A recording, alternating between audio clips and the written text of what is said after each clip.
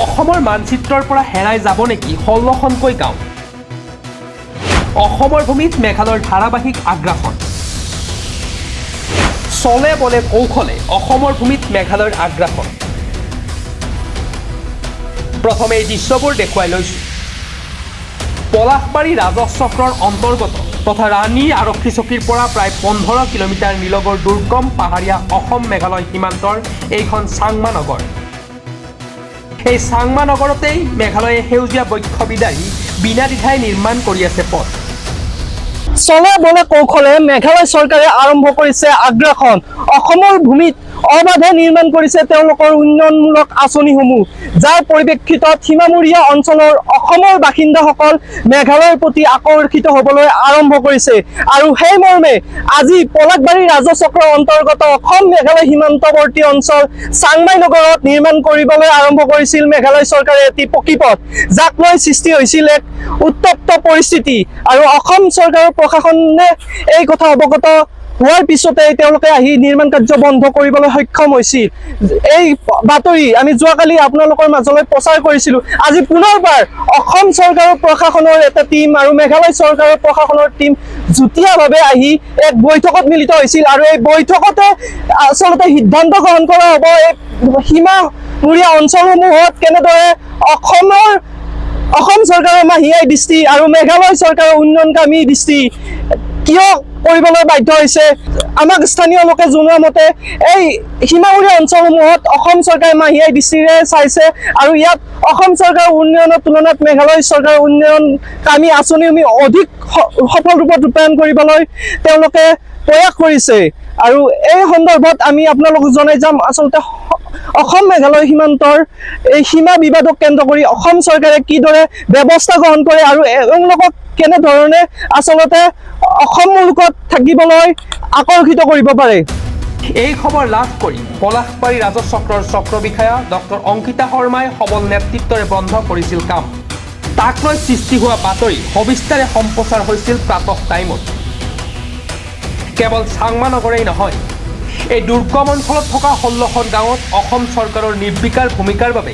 মেঘালয়ে চলে বলে কৌশলে অব্যাহত ৰাখিছে আগ্ৰাসন। এই সকলো বিষয় সামৰি বাতৰি সম্প্ৰচাৰ হোৱাৰ পিছতে অসম চৰকাৰৰ বৰঘৰত লাগিছে হাহাকাৰ।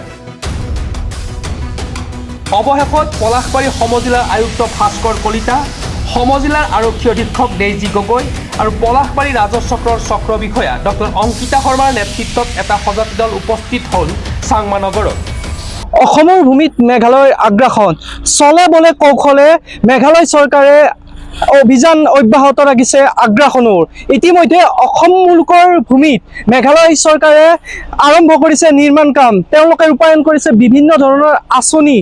আমি যোৱাকালি প্ৰাতঃ টাইমত সবিস্তাৰে প্ৰচাৰ কৰিছিলোঁ। অসম মেঘালয় সীমান্তৱৰ্তী পলাশবাৰী ৰাজহ চক্ৰৰ অন্তৰ্গত চাংমাই নগৰৰ এক পথৰ লৈ সৃষ্টি হোৱা উত্তপ্ত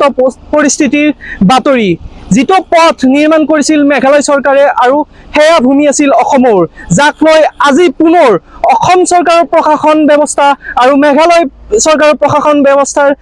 টীম আহি যুটীয়াভাৱে বৈঠকত মিলিত হৈছে। আৰু এই বৈঠকৰ পিছত কি সিদ্ধান্ত লয় আমি আপোনালোকক জনাবলৈ চেষ্টা কৰিম। কিন্তু মেঘালয় চৰকাৰে যি আগ্ৰাসন আৰম্ভ কৰিছে, তেওঁলোকে বিভিন্ন দিশেৰে সেয়া হওক স্বাস্থ্য, শিক্ষা, যিকোনো আঁচনিৰ যোগেদি ইতিমধ্যে অসমৰ সীমামূৰীয়া অঞ্চলসমূহ তেওঁলোকৰ অধীনলৈ নিবলৈ প্ৰয়াস কৰিছে। আৰু সেই মৰ্মে আজি অসম মেঘালয় সীমান্তৰ চাংমা নগৰত এক পথক লৈ সৃষ্টি হৈছিল বিতৰ্ক, যি সীমা বিবাদ এতিয়াও অন্ত পৰা নাই। পৰৱৰ্তী সময়ে ক'ব অসম চৰকাৰে কেনেধৰণৰ ভূমিকা অৱলম্বন কৰে এই সীমামূৰীয়া অঞ্চলসমূহক লৈ। মেঘালয় প্ৰশাসনৰ লোকৰ সৈতে মিলিত হৈ সুস্থিৰ আলোচনা নোহোৱালৈকে বন্ধ ৰখাৰ সিদ্ধান্ত পথ নিৰ্মাণৰ কাম। অসমৰ ভূমিত মেঘালয়ৰ আগ্ৰাসন স্পষ্ট হোৱাৰ পিছতো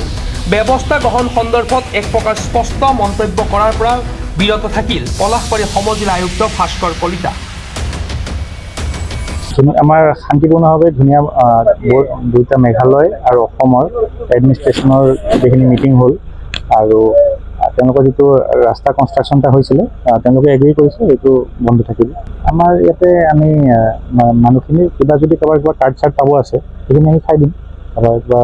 যিকোনো আধাৰ কাৰ্ড আছে বা কিবা যদি কাৰোবাৰ কিবা পেণ্ডিং আছে বা বেছিক নেচেচিটি কিবা যদি আছে সেইখিনি আমি আজি অলৰেডি আমি মানুহখিনিৰ কথা পাতিছোঁ কিছুমানে কৈছে যে কিছুমান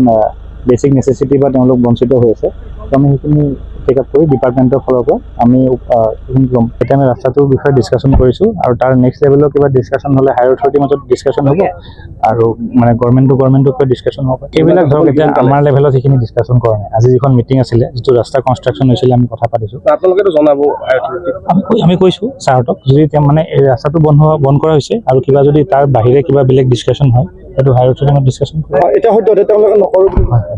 আনহাতে প্ৰাতঃ টাইমৰ অনুসন্ধানত পোহৰলৈ আহিল বহু বিস্ফোৰক তথ্য ৰাণী অঞ্চলৰ কেইগৰাকীমান মুঠাভুটা দালালে চাংমানগৰৰ 1/4 মাৰাক নামৰ লোকজনক হাতিয়াৰ হিচাপে লৈ মেঘালয়ৰ বিভিন্ন আঁচনি অসমৰ ভূমিত কৰি আহিছে ৰূপায়ণ আনকি অসমৰ বাসিন্দা হৈ অসমত ভোটাধিকাৰ সাব্যস্ত কৰিও 1/4 মাৰাক নামৰ এইগৰাকী দালালে কাম কৰি আহিছে মেঘালয়ৰ চৰ্দাৰ হিচাপে এইগৰাকী গাদ্দাৰে এই 16খন গাঁৱৰ বাসিন্দা ভয় ভাবুকি দি হ'লেও মেঘালয়ৰ সৈতে চামিলকৰণৰ চলাই আহিছে চেষ্টা শুনক গাঁওবাসীৰ মুখেৰে এতিয়া মানে তেওঁলোকে সামাজিক পৰিৱেশটো নষ্ট কৰিব খুজি আছে যিহেতু আছামৰ আধাৰত সেইখিনি এইবিলাকতো মানে আছাম গভৰ্ণমেণ্টৰ পৰা পাৰ্মিশ্যন নোহোৱাকৈ তেওঁলোকে এইটো কৰিব নালাগিছিল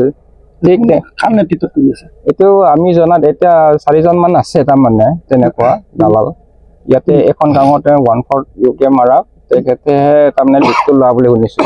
তেওঁলোকে তাৰমানে এনেকৈ ভাবিছিল তাৰমানে যিটো মানে যিবিলাক অঞ্চলত তাৰমানে বা গাঁও তাৰমানে মেঘালয়ক ছাপৰ্ট কৰিলে সেইখন এৰিয়া তাৰমানে মেঘালয়ক গতাই দিয়ে বুলি তেওঁলোকে শুনিছিল ইতিমধ্যে সেইটো কাৰণে মেঘালয়ক ছাপৰ্ট কৰি আছে তেওঁলোকে মেঘালয়ত থাকিব খোজে তাৰমানে আৰু যিবিলাক তাৰমানে মেঘালয় মানুহবিলাকে তাৰমানে অসমৰ মাটি তাৰমানে অলপ দখল কৰিব খোজে তাৰমানে সেইকাৰণে তেওঁলোকক মানে চাৰ্টিফিকেটবিলাক দিয়ে কিবা কিবি ডকুমেণ্টবিলাক দিয়ে আৰু তেনেকুৱা তাৰমানে তেওঁলোকে আগৰ কথাটো কৈ আছে যে আগতে তাৰমানে ইয়াত গড়ভাং আপ টু গড়ভাংলৈকে মানে মেঘালয় সীমা বুলি কৈ আছে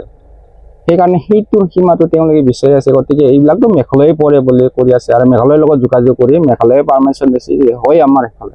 আমাৰ আছামী মেঘালয় বুলি দাবী কৰে এনেকৈ দাবী কৰে সেইটো কাৰণে অৰিজিনেলি ক'ত হয় অৰিজিনেলি আছাম এইটোতো 1972 চনতে এইটো সীমা নিৰ্ধাৰণ কৰা মতে আছামে পৰি যায় এই অঞ্চলত কিমান গাঁও আছে এই 16খন গাঁও আছে আমাক কৈ ভাবো কি এতিয়ালৈকে দিয়া নাই কিন্তু তেওঁ পাৰ্চনেল হিচাপে কৰি আছে আৰু এইটো মেঘালয় বুলি তেওঁ মেঘালয় চৰ্দাৰ মানে গাঁওবুঢ়া অসমৰ ভূমিত নহয় অসমৰ ভূমিতে মাতটো বহবাস কৰি আছে কিন্তু মেঘালয় চৰ্দাৰ হৈ আছে মোৰ হিচাপে এইটো তাৰমানে এনেকে মানে ঘটনাটো নিৰ্মূল কৰিবৰ কাৰণে বিহিত ব্যৱস্থা ল'ব এইটো অসমৰ মাটি আৰু কি জানা ইয়াতে মেঘালয়ৰ কোনো দোষ নাই ইয়াতে দোষ আছে কিছুমান দালাল আছে এই দালাল কেইটা মই চিনি নাপাওঁ বাৰু সন্দেহজনক কিছুমান দালাল আছে সেইকেইটাৰ কাৰণে এইটো ইছ্যুটো বাৰে বাৰে হৈ আছে বিশেষ এইটোতো অসমে হয় চবেও জানে আপোনালোকে জানে আমিও জানো বা চবেও জানে ইয়াতে আমি ভোট দিওঁ বাৰু ইয়াৰে বাসিন্দাখিনিও ভোট দিয়ে তো বেলেগ সেইখিনিয়ে কিন্তু কিছুমান লোকে দুই ঠাইতো ভোট দিয়ে নেকি নাই সেইটো ইয়াৰে খিনি দিব পাৰে আমাৰ কিন্তু নাই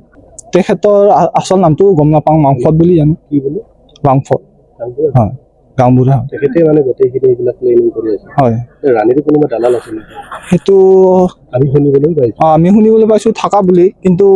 বিশেষ সেনেকুৱা নাজানো কি কোন হয় কেইটা আছে সেইটো নাজানো বাৰু মেইন মানুহতো এতিয়া মাংফত বুলি চবেও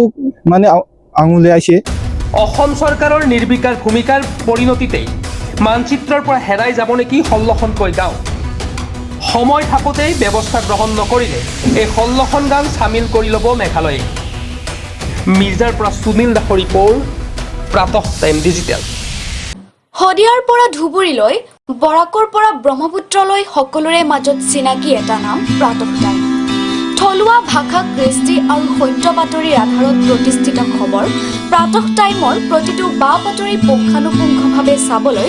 Facebook YouTube website Twitter Instagram আৰু ব্লগাৰ পেজত লাইক আৰু ফ'ল' কৰক ধন্যবাদ।